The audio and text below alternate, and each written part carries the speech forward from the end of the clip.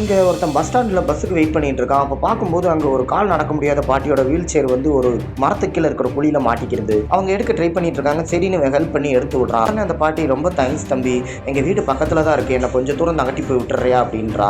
உடனே ஓகேன்னு ஒன்று கூட்டு போவோம். அவள் வீட்டுக்கு ஃபோன் அடிச்சு, நான் ஒரு சின்ன பையனை கூட்டு வரேன், நான் கூட்டு வந்துட்டு இருக்கேன் அப்படின்ட்டு அவள் ஃபோனில் இருக்குங்க பாரு என்னோட நாய்க்குட்டியெல்லாம், உனக்கு பிடிச்சிருந்தா நான் உனக்கு ஒரு நாய்க்குட்டி தரேன் அப்படின்னு சொல்லி கூட்டு போகிறான். அவன் போன இடம் ஒரு வித்தியாசமான இடமா இருக்குது. இதுக்குள்ளே தான் தம்பிப்பா அப்படின்னு சொல்கிறான். சரி நம்ம பயந்துக்கிட்டே கூட்டிகிட்டு போயிட்டு இருக்கான். அங்கே ஒரு லிஃப்ட் இருக்கு. ஆனால் அந்த லிஃப்ட் ஒர்க் ஆகாது தம்பி, நீங்களே வெயிட் பண்ணு, இங்கே பார்த்தியா அந்த நாய் தரேன் உனக்கு அப்படின்னு சொல்லிட்டு ஒவ்வொரு ஃபோட்டோவை நடக்கட்டே இல்லை சிகரெட் அடிக்கிற ஃபோட்டோவை பார்க்குறான். பார்த்தது உனக்கு பயம் வந்துருச்சு, லிஃப்ட் ஒர்க் ஆகுது. உடனே ஓட பார்க்கல, அவன் அப்படியே கழுத்தில் கடந்ததை பிடிச்சி இழுத்து நடக்க முடியாமல் இருந்தவன் இப்போ ஓடுறா, சைக்கோத்தனமாக பண்ணுறான். அங்கேருந்து நிறைய பேர் சுற்றி வளைச்சு அவனை பிடிச்சிடறானுங்க.